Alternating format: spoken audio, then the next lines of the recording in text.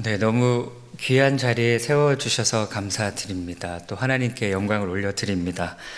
시작하면서 목사님께서 인사하셨는데요. 저희 다시 한번 인사했으면 합니다. 아까 사랑합니다라고 했었는데 저는 조금 더 붙여서 이렇게 인사했으면 합니다. 사랑합니다. 감사합니다. 축복합니다. 같이 인사해 보겠습니다. 사랑합니다.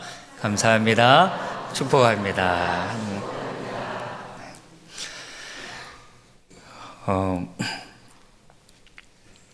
네, 또 굉장히 떨립니다.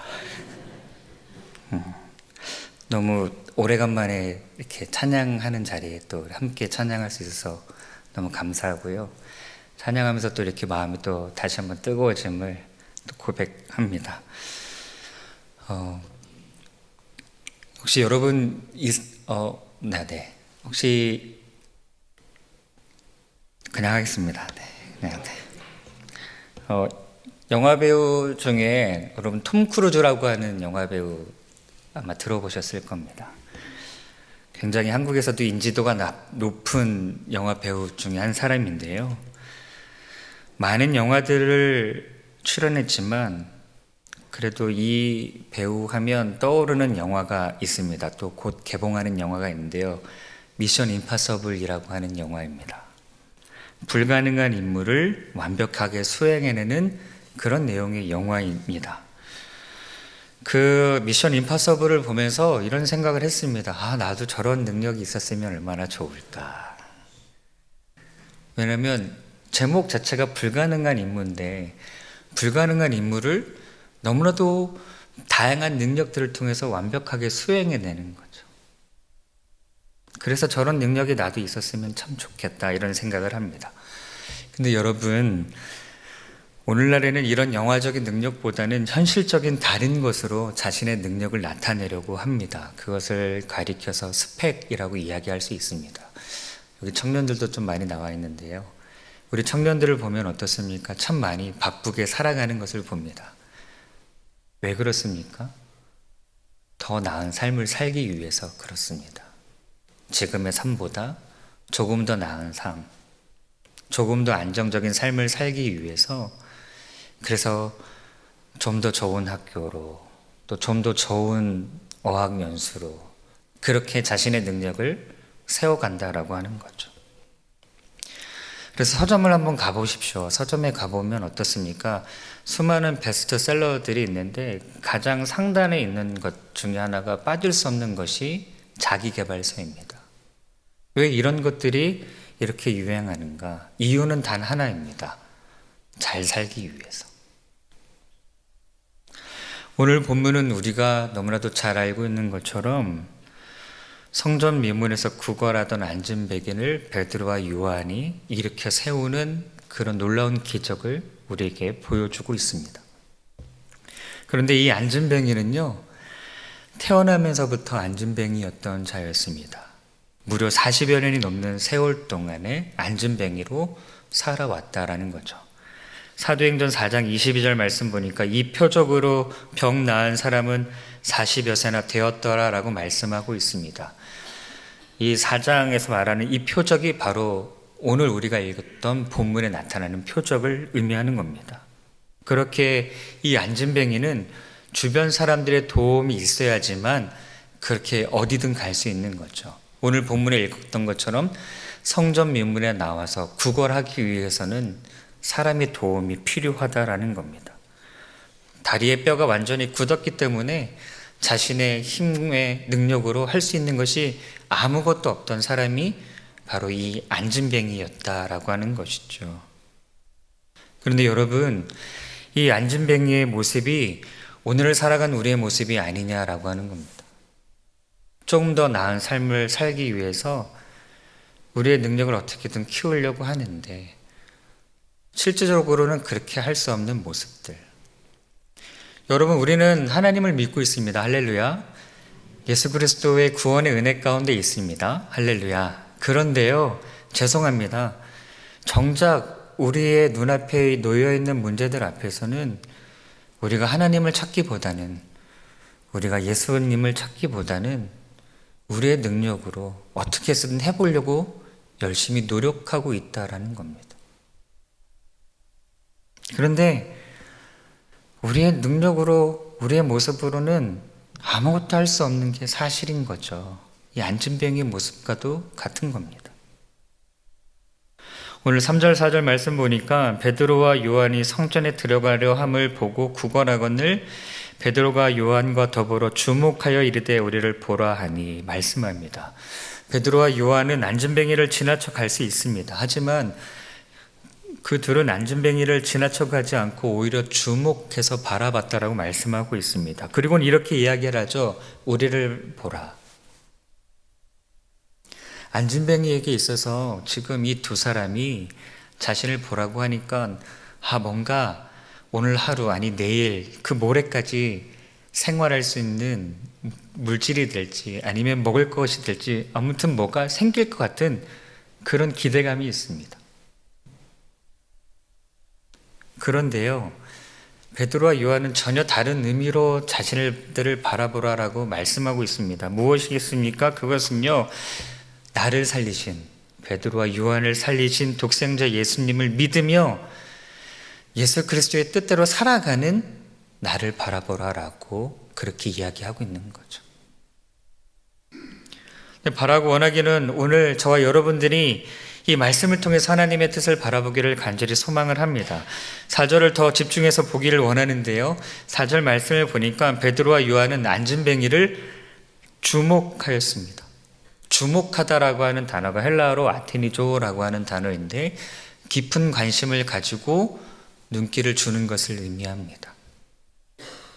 단순히 휙휙 둘러보는 것이 아니라 안진뱅이에게 관심을 가지고 집중해서 보고 있습니다. 어찌 보면 수많은 사람들이 이 성전에 기도하러 갈 때 있었던 이 안진뱅이를 보고는 그냥 지나쳐 갔는지 모르겠습니다. 때로는 베드로와 요한도 그렇게 지나쳐 갈 수 있었습니다. 그런데 그렇게 하지 않았다라는 거죠. 주목해서 바라봤습니다. 왜요? 천하보다 귀한 한 영혼으로서 그를 그렇게 바라봤다라는 겁니다. 근데 여기에서 한번 보십시오. 주목하다가 어떤 의미입니까? 그냥 눈길을 주는 것인데 어떻게 해요? 깊은 관심을 가지고. 이것은 어찌 보면 이 베드로와 요한이 때를 따라서 정한 시간에 성전에 올라가서 기도하라고 할 때 늘 있었던 이 안진뱅이를 보면서 계속해서 지켜보면서 어찌 보면 하나님께서 정하신 때를 그렇게 기다렸는지도 모르겠습니다.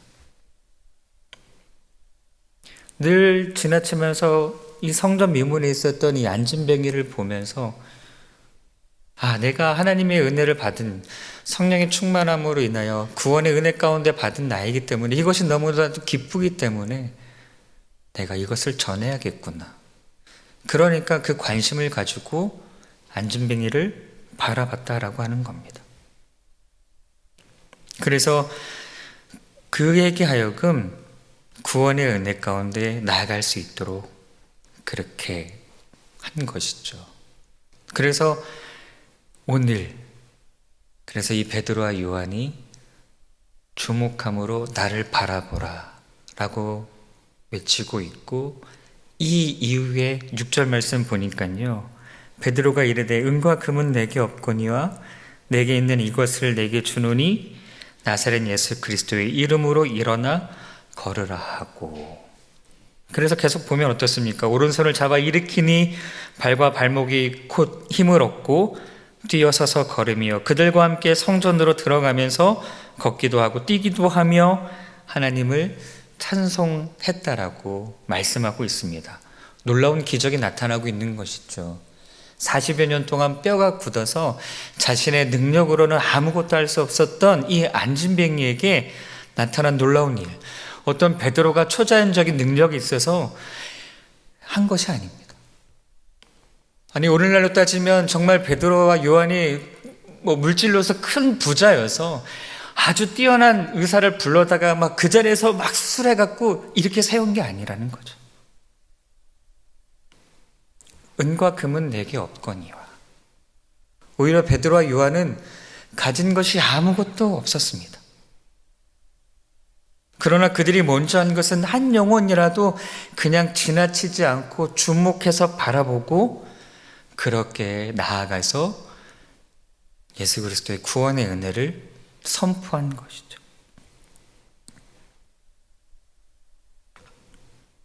그 예수 그리스도 이름의 능력으로 인하여서 안진뱅이가 걷기도 하고 뛰기도 하며 그렇게 그 기적이 나타났다라는 겁니다. 여러분 오늘날 어떻습니까? 은과 금으로 통용되는 이 세상의 보화, 오늘날로 말한다면 이 스펙이나 큰 불을 가지고 베드로와 요한이 나아갔던 것이 아닙니다. 세상 무엇과도 비교할 수 없는 그 예수 그리스도의 그 구원의 능력을 베드로와 요한이 소유하고 있었기 때문에 담대히 나아갈 수 있었고, 그리고 그에게 전할 수 있었던 것이죠. 그래서 후에 베드로는 베드로전서에서 고백하기를 예수 그리스도를 믿는 성도의 신앙이 금보다 귀한 것이라고 고백하고, 나아가서 그리스도의 그 구원의 은혜도 은이나 금같이 없어질 것과 비교할 수 없는 값진 보배라고 말씀하고 있습니다. 여러분, 분명히 우리가 오늘날 살아가기 위해서 은과 금으로 통용되는 물질이 있어야 됩니다. 저도 돈 참 좋아합니다. 있어야 되잖아요. 그런데 그 돈이라고 하는 건, 은이나 금, 우리에게 있다가도 금방 사라집니다. 필요한 것이 있으면 지불을 해서 살 때 내게 있던 것이 없어지잖아요. 근데 베드로 사도는 그 은이나 금은 없어지는 거지만 그것보다 더 값진 보배가 뭐라고요? 예수 그리스도 구원의 은혜라고 하는 것이죠. 바라고 원하기는 오늘날 살아가는 저와 여러분들이 이 구원의 은혜에 다시 한번 감격함으로 나아갈 수 있기를 간절히 축원을 드립니다. 그런데요, 여기에는 전제 조건이 있습니다. 무엇이겠습니까? 우리 성경 한 절 읽도록 하겠습니다. 사도행전 1장 8절인데요. 한번 같이 읽어보겠습니다. 시작. 오직 성령이 너희에게 임하시면 너희가 권능을 받고 예루살렘과 온 유대와 사마리아와 땅끝까지 이르러 내 증인이 되리라 하시니라. 아멘. 예수 그리스도 구원의 은혜, 또 그 이름으로 나타나는 능력을 소유하기 위해서는 우리에게 필요한 것은 단 하나입니다. 전제 조건은 단 하나입니다. 뭡니까? 성령이 너희에게 임하시면. 아마 기도회를 하거나 이렇게 할 때 아마 담임 목사님께서 가장 먼저 기도의 제목으로 던지시는 것이 분명 우리 성령 충만함을 위해서 이 시간에 먼저 기도합시다라고 하실 겁니다. 그렇게 기도해야 되는 이유가 여기 있는 것이죠. 오직 성령이 너희에게 임하시면 그 다음 구절이 뭡니까? 너희가 권능을 받고.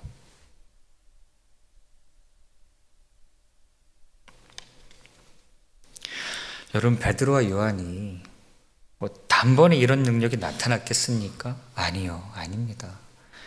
사복음서를 한번 보십시오. 사복음서에 보면 예수님께서 제자들을 파송할 때 능력도 나타나긴 했지만 그게 지속됐습니까? 아닙니다. 아니에요. 그런데 예수님께서 부활하시고 승천하신 이후에 내가 예비해 놓은 성령 하나님을 보내주시겠다 말씀하고, 제자들이 마가의 다락방에서 열심히 기도하고 그래서 오순절 성령의 충만함이 임재했을 때 비로소 그들에게 나타났던 능력이 뭡니까? 이런 기적들이 나타나고, 이 기적이 중요한 게 아니라 더 중요한 것은 무엇이겠습니까? 예수 그리스도를 믿는 믿음의 사람들이 폭발적으로 늘어났다라고 하는 거죠. 왜요? 성령의 충만함을 힘입은 예수님의 제자들이 계속해서 그 능력으로 나아가기 때문이다라는 겁니다.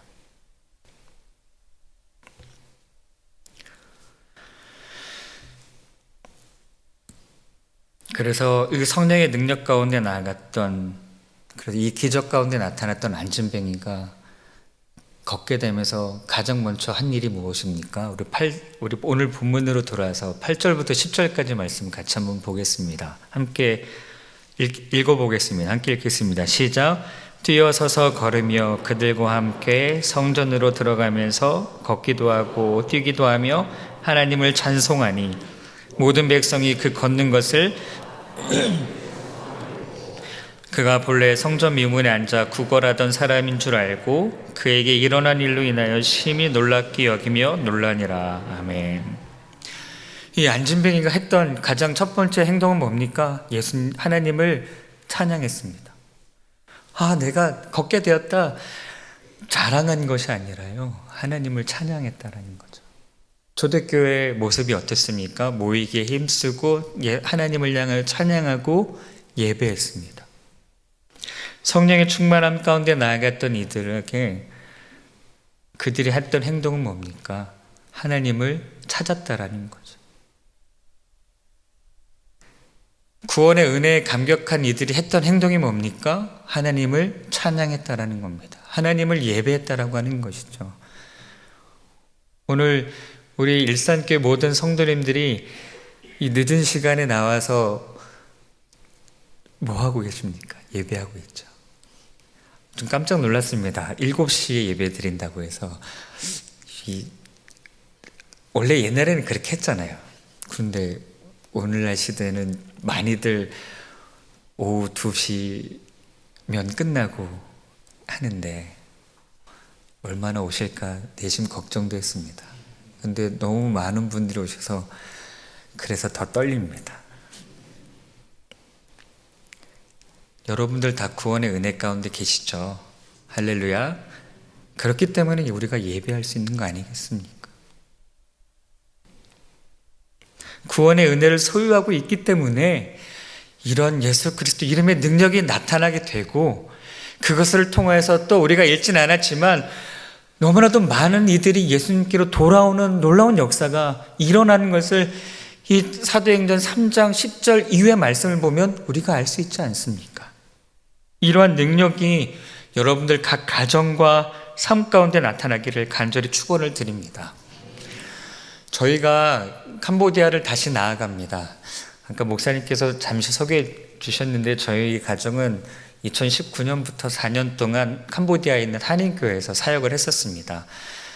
가서 뭐가 뭔지 모르고 1년을 지내고, 그 다음에 뭐가 있었죠? 코로나가 전 세계적으로 강타하면서 2년 동안은 아무것도 할 수가 없었습니다. 교회가 완전히 폐사가 됐거든요. 문을 걸어 닫았습니다.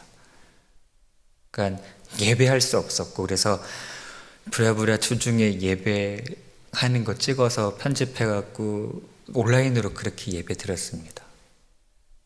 그러다가 2020년도에 다시 이제 교회가 오픈이 되고 함께 예배하고, 예배하는 것이 즐겁고, 또 제가 담당했던 부서가 청소년부였었는데요. 그 아이들과 함께 예배함이 너무나도 행복하고 기뻤습니다. 그래서 이제 뭐든 더 할 수 있겠다 이런 상황 가운데 있다가 갑작스럽게 교회에서 사임을 하게 됐습니다. 2022년 말에 사임을 하면서 한국에 들어왔는데요. 한국에 들어올 때는 정말 오늘 말씀처럼 은과 금이 없었습니다. 은과 금은 내게 없거니와. 그런데 예수 그리스도 이름의 능력도 없었습니다. 너무 갑작스럽게 나오게 돼서 그것이 저에게는 너무 아픔이었습니다. 하나님 도대체 왜 이렇게 하셨습니까? 하나님, 제가 뭘 그렇게 잘못했습니까? 원망하고 불평했었습니다. 그래서 죄송합니다. 목회를 안 하려고 했었습니다. 나는 이제 하지 말아야겠다. 또 그럼에도 불구하고 그 20여 년 전에 저한테 주셨던 마음이 선교였었는데요. 그 마음을 떠올리면서 그래, 또 함께하는 아내가 오빠에게 주셨던 그 마음 있잖아, 우리 다시 합시다. 그래서 이제 선교 훈련을 받기 위해서 GMS를 갔는데요. 처음 지원해갖고 면접 보는데 떨어졌습니다. 엄청 혼나고요. 그래서 또 원망했습니다. 도대체 하나님 왜 저한테 이런 시련을 주십니까? 시련이 아니라 왜 저한테 이렇게 하십니까? 그냥 속 시원하게 그냥 너 이제 거기까지만 해라고 말씀하시면 얼마나 좋습니까? 그러면 그냥 제가 하고 싶은 대로 하면 되는데 근데 그게 아니었습니다. 다시 하나님의 계획하심은 뭐였냐면 하나하나 밟아가도록 하시는 거였는데, 제가 처음에 지원했던 거는 GMS에서 특별 과정이었는데요. 특별 과정으로 들어오길 원하셨던 게 아니라 정규 과정으로 들어오길 원하셨습니다. 이제 GMS가 정규 과정은 이제 3월하고 9월에 시작하는데, 이 3월 정규 과정에 들어가면서 매일매일 새벽 기도회를 합니다. 훈련을 시작하면서 새벽에 기도를 하는데 하나님께서 이런 기도를 시키시는 겁니다. 내려놔라. 내려놓음에 대해서 계속 기도를 하게 하셨습니다. 그래서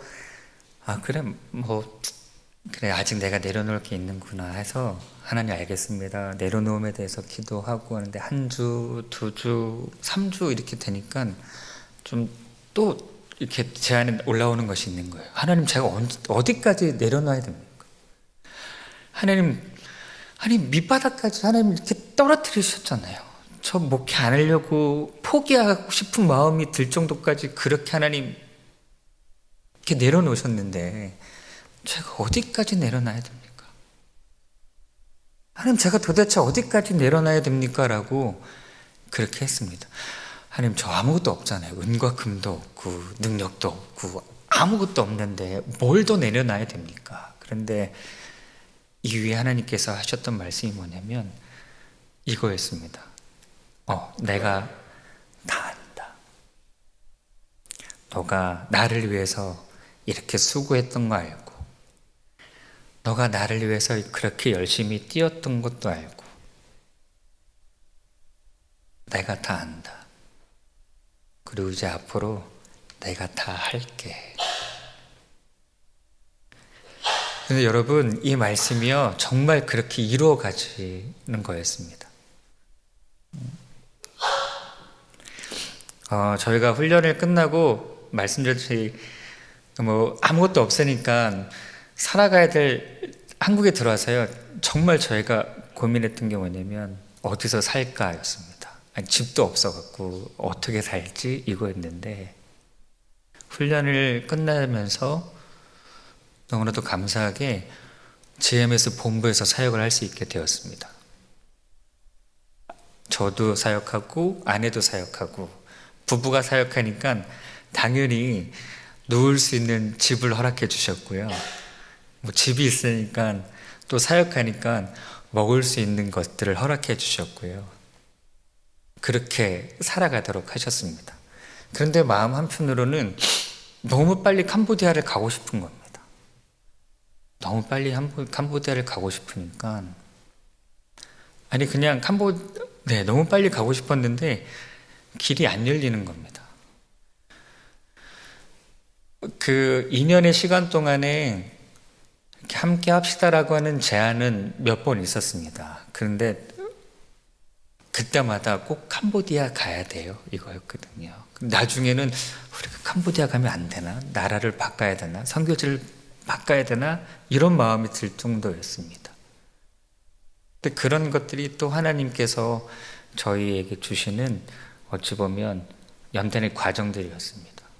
하나님의 계획은 저희 가정을 캄보디아로 보내시는 거였습니다. 그래서 먼저 캄보디아에서 부교역자로서 생활할 수 있도록 맛보게 하셨고, 그리고 또 하나님이 정하신 때 말씀드렸죠. 내가 다 할게. 하나하나 그 과정들을 거치면서 드디어 2년, 정확하게 저희가 캄보디아 들어가는 게 2년 6개월 만에 다시 들어가는 거거든요. 그렇게 인도에 가시는 거였습니다. 저희가 기도했던 거는 하나였습니다. 하나님, 저희 가정에게 귀한 파송교회가 생기길 원합니다. 왜냐하면 선교지에서 있으니까요, 이 파송교회의 기도가 너무나도 와닿는 겁니다. 저희가 처음에 캄보디아 갔을 때는 파송교회가 없었기 때문에 옆에서 선교사님들 보면 이 파송교회가 기도해 주는 것이 느껴지는 겁니다. 그래서 그것이 너무 부러웠었어요. 그래서 하나님, 저희는요 저희를 파송해 줄 수 있는 교회가 생기길 원합니다. 그렇게 기도했는데 길이 안 열리는 겁니다. 근데 그거조차도 하나님께서 내려놓게 하시더라고요. 첫 해는 저희가 훈련 받고 첫 해는 너무 가고 싶었던 마음이 컸습니다. 근데 너무나도 안 보이니까 어떻게 해야 되나 막 걱정도 앞서고 하는데, 한 해가 지나고 작년 이제 2024년이죠. 2024년이 되면서 그런 것들도 다 이렇게 내려놓게 되고, 그러면서 한편으로는 하나님께서 우리 가정을 분명히 보내실 것이다 라는 그런 마음이 들게 되었습니다. 어디가 될지는 잘 모르겠지만 분명히 하나님께서 예비해 놓으신 파송교회가 있을 거예요. 그래서 그때를 위해서 저희가 함께 아내랑 그렇게 함께 소원하면서 기도했습니다. 그러니까요, 노예 파송이 됐는데, 여러분 노예 보시면 얼마나 많은 교회가 있습니까? 그 교회가 다 파송교회가 되는 거죠. 그러니까 저희는 다른 어떤 선교사님들보다 어마어마한 겁니다. 다른 선교사님은 파송교회가 주파송교회니까 한 교회 혹은 공동파송으로 2교회 내지 3교회가 있는 건데, 저희는요 이 서울 북로에 속한 교회가 다 파송교회가 되는 거죠. 얼마나 많습니까? 완전 하나님은요, 그래서 우리가 생각지도 못한 것으로 엄청난 크게 부어주신다라는 거죠. 이것이 다 하나님께서 계획하시고, 그래 내가 다 할게, 이 과정들이었던 겁니다. 얼마나 감사한지요. 그것이 너무나도 감사한 겁니다. 하나님께서 내려놓게 하시고 그 과정 가운데서 내가 다 할게. 그러니까요, 저희가 노예에서 파송하는 이 것이 1년의 시간이 걸렸습니다. 작년 6월 말부터 시작이 된 거거든요. 사람이기 때문에 어떻겠습니까? 이거 좀 빨리 됐으면 좋겠는데, 작년 6월부터 시작됐으니까 10월에 파송시켜서 나갔으면 좋겠는데, 이런 마음이 드는 것이 사실이죠. 그런데요, 진짜로 저희는 그런 마음이 들지 않았습니다. 저희 가정은 그게 아니라 하나님께서 정하신 때 보내실 것이야. 그 과정들마다 그래서 하나님께서 가시는 걸 보면서 노예분들 만나고 감사합니다, 네 감사합니다 하고, 그냥 거기서 그냥 이렇게 어떤 행동을 하지 않았습니다. 사람이기 때문에 그 담당하시는 목사님한테 연락해서 목사님 이거 어떻게 됐습니까? 저희 어떻게 됐어요? 이렇게 물어보고 싶은 것도 사실인데, 그것이 아니라 정말로 네 감사합니다, 알겠습니다 하고 내려놓고, 그래서 이렇게 시간이 좀 지나다 보면 또 연락 주셔갖고 이렇게 진행되고 있습니다, 이렇게 해주시면 됩니다, 네 알겠습니다, 감사합니다, 또 내려놓고, 또 시간이 지나서 이렇게 됐습니다, 네 감사합니다, 네 알겠습니다 하고 내려놓고. 그러니까 작년 6월부터 시작된, 그래서 올해 4월 22일 날 파송 예배까지요, 시간이 조금 길 수도 있는데 그냥 너무나도 훅 빠르게 지나갔습니다. 왜요? 하나님께서 이렇게 해가셨기 때문이죠. 그래서 저희는 그렇게 하려고 합니다. 캄보디아는 저렇게 생겼습니다. 저게 캄보디아 국가고요. 그 지도입니다. 그래서 캄보디아는 캄보디아 왕국이라고 합니다. 왕이 아직 존재하고 있고요. 그리고 저희는 푸놈펜에서 사역을 하려고 합니다. 수도 푸놈펜에서 도시 선교를 하려고 하는데요, 기후는 건기와 우기가 뚜렷하게 표현이 되고 있습니다. 그래서 이런데 캄보디아 특징이 뭐냐면 아픔의 역사가 있는 나라라고 하는 겁니다. 킬렌필드라고 하는 단시간 내에 600만 명이나 되는 사람들이 죽임을 당했습니다. 그래서 그 아픔의 현장이 있는 나라입니다. 저 사진에 보면 하얗게 나와 있는 곳이 하얗게 보이는 것이 사람의 뼈입니다. 아직도 발굴되지 않는 사람의 뼈가 저렇게 있고요. 여기 보면 이제 나무 한 그루가 있는데 저 나무가 어떤 나무냐면 사람을 어떻게 죽였느냐 어떻게 죽였느냐, 아이가 태어나잖아요. 그 아이의 다리를 붙잡고 저 나무에 내리친 겁니다. 그렇게 해서 죽였습니다. 어린 아이에서부터 성인에 이르기까지 그런 아픔의 역사가 있는 나라입니다. 그러다 보니까 나라가 굉장히 젊습니다. 캄보디아 인구 구성의 약 60%가 25세 이하의 젊은 층들입니다. 그래서 굉장히 발전할 수 있는 나라입니다. 저 젊은 세대들을 그리스도의 복음으로 깨운다면 희망이 있는 나라인 거죠. 그래서 저희는 대학생 선교를 하려고 합니다. 많은 선교사님이 들어가 있는데요. 복음의 아이도 2%밖에 되지 않습니다. 그래서 캄보디아를 위해서 기도해 주십시오. 젊은 세대들이 깨어날 수 있도록 기도해 주십시오. 저희는 캄보디아 대학교에 아예 입학을 해서 사역을 하려고 합니다. 왕립대라고 하는 곳이 있는데요. 푸놈펜 왕립대학교, 한국으로 따지면 서울대학교 같은 곳입니다. 그래서 이곳에 들어가서 저는 입학을 해서, 입학하면 대학교 졸업할 때까지 일단은 저 청년들과 함께 할 수 있잖아요. 그래서 저는 저 왕립대학교에 들어가서 저 안에서 교회를 세우는 것이 저의 비전입니다. 어떤 눈에 보이는 건물의 교회가 아니라 저곳에서 저기를 다니고 있는 대학생들과 함께 하나님을 찬양하고 예배하는 그 교회를 세우는 것이 저희 선교의 비전입니다. 그래서 여러분들 예를 위해서 기도를 많이 해주시길 부탁드리겠습니다. 또 아까 소개를 해주셨는데요. 저에게는 두 아들이 있습니다. 주원이, 주희. 주님의 소원을 이룸이라고 하는 의미로 주원, 주희인데요. 저 아이들을 보면 참 기분이 좋습니다. 한 번은 저희 첫째가 어렸을 때인데 너무 자지러지게 막 우는 것이었습니다. 이유를 모르겠어요. 그냥 막 우는 겁니다. 그래서 어떻게 해야 될까 하다가 그 아이를 안고서 하나님께 간절히 기도했습니다. 하나님, 우리 주원이가 울지 않고 마음의 평안을 주시옵소서. 이렇게 기도하니까 저희 주원이가 울음을 그쳤을까요? 아니요. 더 크게 울었습니다. 더 크게 울으면서 그때 들었던 것이 뭐냐면 너무 마음이 아팠습니다. 왜 마음이 아팠는가? 아빠로서 해줄 수 있는 게 아무것도 없었고 목회자로서 할 수 있는 게 아무것도 없어서, 다시 말씀드린다면 내가 능력이 없구나. 아이의 울음조차도 그치게 할 수 있는 능력조차 없구나. 기도해서 울음을 멈추게 할 수 있는 능력조차 없구나.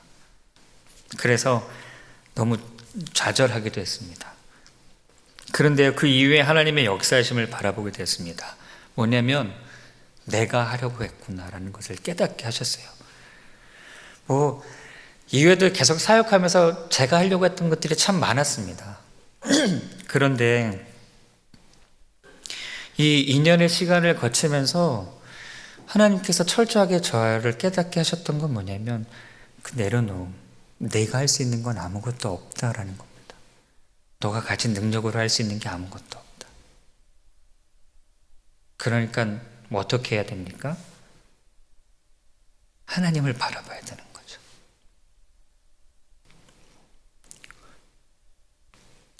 하나님께서 역사하고 계심을 바라봐야 되는 겁니다. 은과 금은 내게 없습니다. 그러나 우리에게 있는 게 무엇입니까? 예수 그리스도 이름에 능력이 있다라는 거죠. 내 능력이 아닙니다. 내 능력이 아닙니다. 오직 구원의 은혜의 감격함으로 우리에게 선물로 주신 구원의 능력이 있는 것이죠. 여러분 모두가 이것을 소유하며 나아갈 수 있기를 간절히 소망합니다. 저희는 5월 20일 날 캄보디아로 갑니다.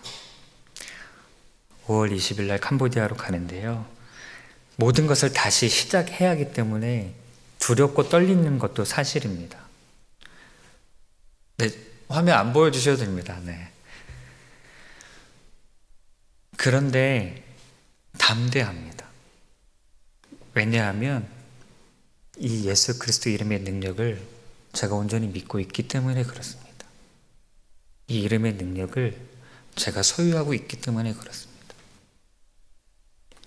그래서 제가 할 수 있는 제가 하는 것이 아니라 하나님께서 저를 통해서 하나님의 능력을 나타내시는 것을 믿기 때문에 나아가는 것이 두려울지라도 그 두려움을 뛰어넘는 담대함이 저희 가정에 있는 것이죠. 여러분, 예수 그리스도의 이름을 부르는 자들에게는 하나님의 특별하신 은혜를 받게 됩니다. 할렐루야. 왜 그렇습니까? 예수님의 그 구원의 은혜가 있기 때문이죠.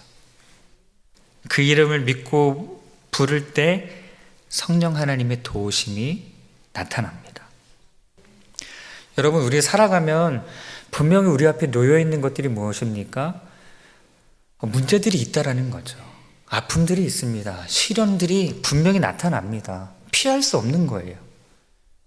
그런데 우리의 모습이 어땠습니까? 우리의 능력으로 하려고 하니까 자꾸 좌절하게 되고 낙심하게 되고 또 멈추게 되고 하는 것 아니겠습니까?